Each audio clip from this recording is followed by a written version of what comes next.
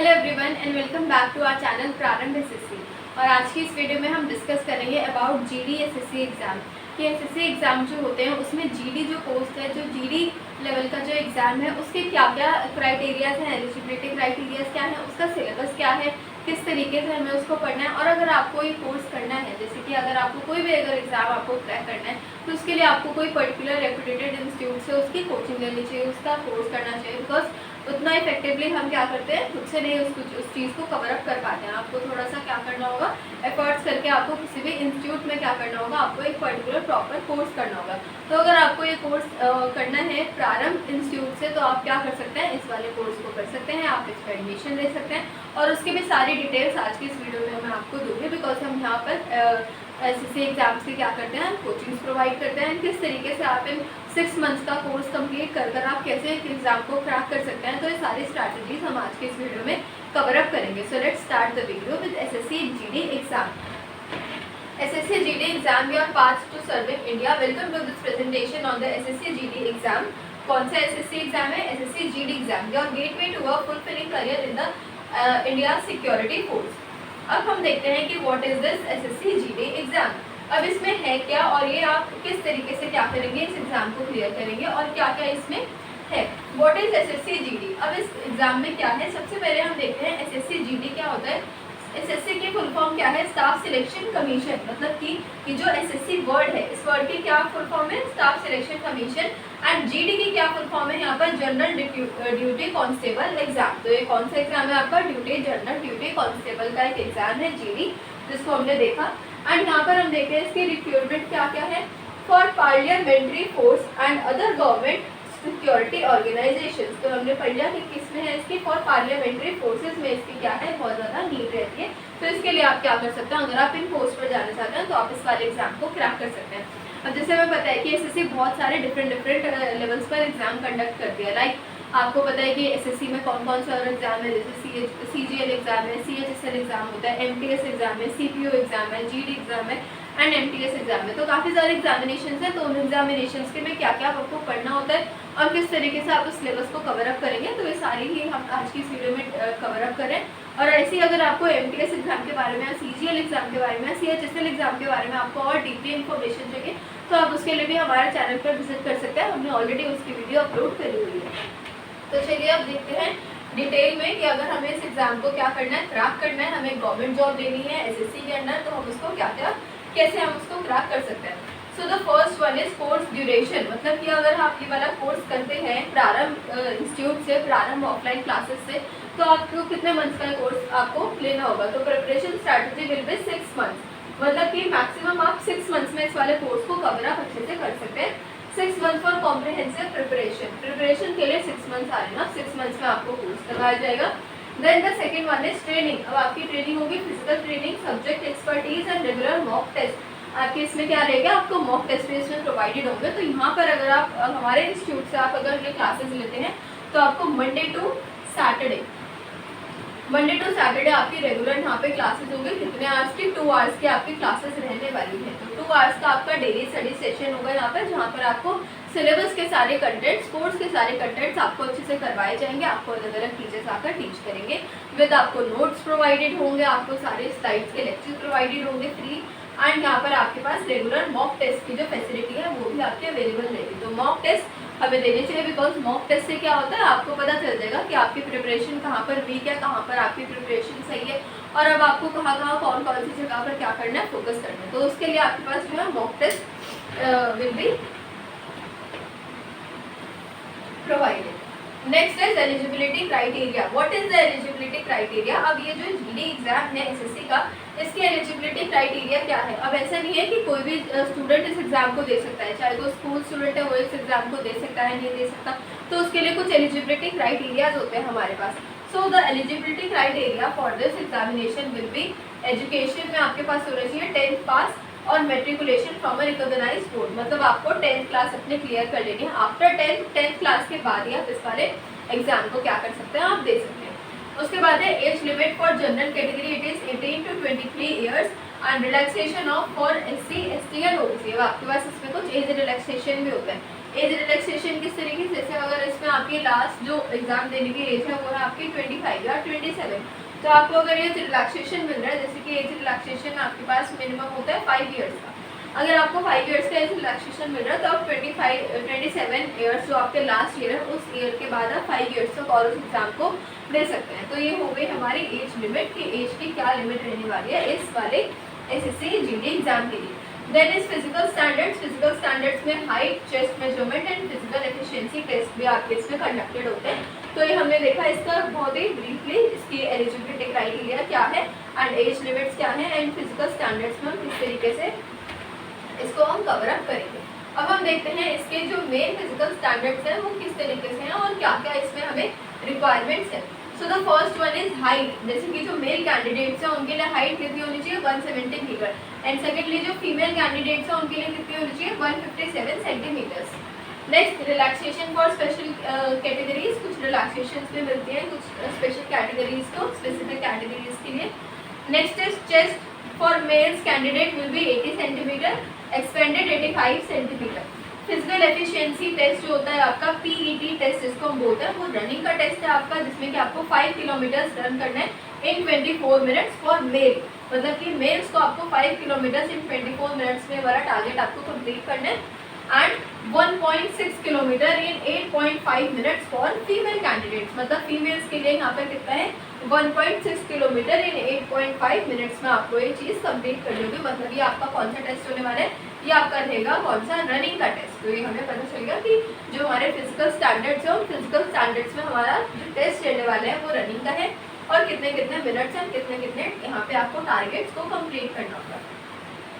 उसके बाद हम समझते हैं इसका एग्जाम पैटर्न। अब इसमें जो एग्जाम है वो आपका किस तरीके से रहने वाला है, इसका क्या पैटर्न है। So the exam will be computer based exam, मतलब कंप्यूटर बेस्ड एग्जाम है तो आपका कौन से मोड में होगा, it will be in online mode. तो आपका ऑनलाइन मोड का एग्जाम रहने वाले, कंप्यूटर बेस्ड एग्जाम रहेगा ये।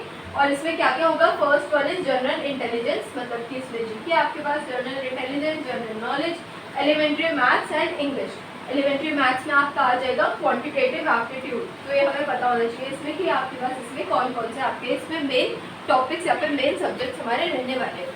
Then the second one is physical test. अब फिजिकल टेस्ट में हमारे पास क्या है, फिजिकल एफिशिएंसी टेस्ट, जैसे कि अभी हमने डिटेल्स में देखा सारा test. Then physical standard test होगा आपका इसमें एंड देन मेडिकल एग्जामिनेशन इसमें आपका लिया जाएगा। तो ये आपका तब होगा जब आप फर्स्ट वाले इन 4 एलिमेंट्स वाले एग्जाम्स को आप क्लियर कर लेंगे तो आप जाएंगे अपने सेकेंड फिजिकल टेस्ट के एग्जामिनेशंस में। नेक्स्ट हम देखते हैं career opportunities. What are the career opportunities after you have cracked your SSC GD exam. So what is the career opportunity, first career opportunity is in BSF, border security forces के अंदर आपको क्या मिल सकती है, आपको अच्छी पोस्टिंग मिल सकती है। Second one is CRPF. अब सीआरपीएफ में आपको अगर जाना चाहते हैं, मतलब अगर आपको सारे मिलिट्री वाले फोर्सेस में जाना है तो उसके लिए आपके पास आपका एग्जाम परफेक्ट है। Central reserve police force. Then the next is CISF, central industrial security force and the fourth one is ITBP, Indo Tibetan border police. तो ये हमने देख लिया कि ये इस एग्जाम को क्रैक करने के बाद आपको ये मेन 4 पोस्टिंग्स अलॉट हो सकते हैं अगर आप इस एग्जाम को अच्छी रैंकिंग के साथ क्लियर अप कर लेते हैं। और भी बहुत सारी इसमें पोस्ट होती हैं जो कि यहाँ पर मेंशन नहीं है, बट और भी बहुत सारी इसमें पोस्ट हैं। तो आपको क्या करना है, आपको मेन फोकस करना है अपने एग्जाम क्लियर करने के लिए कि आपको किस तरीके से इस एग्जाम को क्लियर करना है। Why choose SSC GD. अब आपका जब तक किसी भी चीज़ को लेकर वाई आपका क्लियर नहीं है, अगर आपका वाई स्ट्रॉन्ग नहीं है तो आप उस एग्ज़ाम को उतने इफेक्टिवली क्या करेंगे, उतने इफेक्टिवली आपको नहीं पता चलेगा कि मुझे इस एग्ज़ाम को क्यों करना है। तो आपका why should be always your clear. तो सबसे पहले हम देखते हैं कि प्राइड एंड प्रेस्टीज। अब अगर आप इस एग्ज़ाम को क्रैक कर लेते हैं तो आपकी इसमें जो है, बिकॉज ऐसा होता है कि गवर्नमेंट जॉब्स की क्या होती है, बहुत ज़्यादा वैल्यूज होती हैं। तो first is you are serving your nation, आप अपने नेशन को क्या करें, आप अपनी कंट्री की तरफ क्या करें, सर्व करें। Serves India's paramilitary forces. Second one is job security. अब आपको जॉब सिक्योरिटी भी काफ़ी अच्छी मिलेगी। Permanent government job with pension. अब आपको इसमें गवर्नमेंट जॉब्स मिलेगी, because it is a government job, तो उसमें हमें पेंशन भी मिलेंगे। तो ये जो पेंशन वाली स्कीम होगी ये भी आपकी इसमें अलॉटेड रहेगी।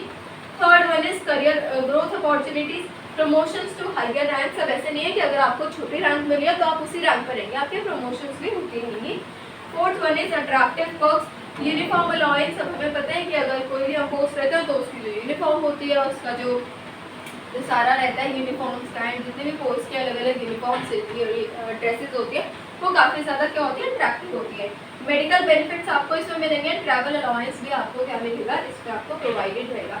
And the fifth one is nation building, because you are contributing to India security and integrity में आप क्या कर रहे हैं, आप कॉन्ट्रीब्यूट कर रहे हैं। तो ये तो हो गए हमारे main points that why to choose our SSC GD exam, कि हमें इस एग्जाम को क्यों देना चाहिए और इस एग्जाम के क्या क्या पॉइंट्स हैं और क्या क्या इसके मेन बेनिफिट्स हैं। ओके, नेक्स्ट हम देखते हैं एक बार एक और अच्छे से syllabus overview, what is the syllabus, because जब तक आपको अच्छे से सिलेबस इसका क्लियर नहीं होगा तब तक आप क्या कर सकते हैं, आप किसी भी एग्जाम को अच्छे से नहीं पढ़ सकते, बिकॉज हमें सिलेबस क्लियर होना चाहिए सबसे पहले।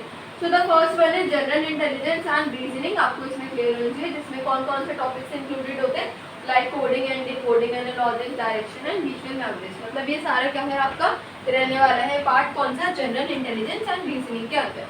Second one is general knowledge and awareness, जो कि आपका क्या रहने वाला है, जो कि आपका रहेगा स्टैटिक जीके का पार्ट, तो ये हमें क्लियर होना चाहिए, like current affairs, Indian history, geography, culture, sports, तो ये आपका इसमें जीके में रहेगा part. Next is English, third one and the fourth one will be your elementary mathematics. अब इसमें क्या है, हमारे पास मैथमेटिक्स रहने वाली है, like simplifications, percentage, ratio, proportion and profit and loss, मतलब जो हमारी 12th तक के बेसिस के 10th तक के बेसिस के जो मैथमेटिक्स के टॉपिक है वो आपको एकदम अच्छे से क्या होना चाहिए, आपको क्लियर होने चाहिए। उसके बाद हम देखते हैं fourth one is your English में आपका आएगा grammar, vocabulary, comprehension, synonyms and antonyms and parts of speech including like noun, pronoun, adjective, verb, conjunction, prepositions, ये सारे आपके रहने वाले हैं इसमें पार्ट्स ऑफ स्पीच में।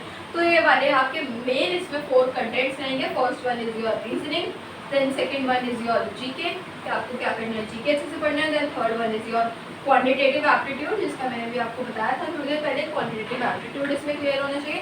And the fourth one is English, आपकी इसमें इंग्लिश में क्लियर होनी चाहिए। तो ये हो गया हमारा मेन सिलेबस ओवरव्यू कि आपको इस वाले एग्जाम को देने के लिए क्या क्या पढ़ना है। और जो मेन सारे जो SSC के एग्जाम्स होते हैं उनका सिलेबस ओवरव्यू ऑलमोस्ट सेम रहता है, बस किसी में थोड़ा सा एडवांस होता है, किसी में थोड़ा सा बेसिक रहता है।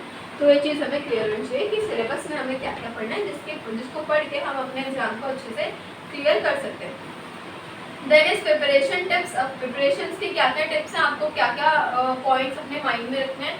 फिजिकल ट्रेनिंग आपको लेनी है, build stamina and meet physical standard. Second one is mock test, आपको मॉक टेस्ट रेगुलर बेसिस पर देना है, जिससे कि आपको पता चलेगा आपकी speed, strength in time management and accuracy. Then the third one is focus on weak areas, अब आपके जो वीक एरियाज, लेट्स सपोज आप क्वांटिटेटिव एप्टीट्यूड में वीक है, इंग्लिश में आप वीक है, तो आपको अपने वीक एरियाज पर ज़्यादा फोकस देना है। Prioritize subjects with lower scores. Next fourth one is stay updated, मतलब कि आपको क्या रहना है, आपको अपडेटेड रहना है अपने नोटिफिकेशन से, अपने SSC की नोटिफिकेशन से। बिकॉज क्या होता है कभी कभार कि स्टूडेंट्स को पढ़ाई में या फिर प्रिपरेशन में से ज़्यादा वो चले जाते हैं, तो उनको पता नहीं चलता है कि दैट उनका एडमिट कार्ड भी आ चुका है, उनका एग्जाम भी हो चुका है, और उसके बाद उन्हें कहीं से इन्फॉर्मेशन मिलती है that the exam is already conducted.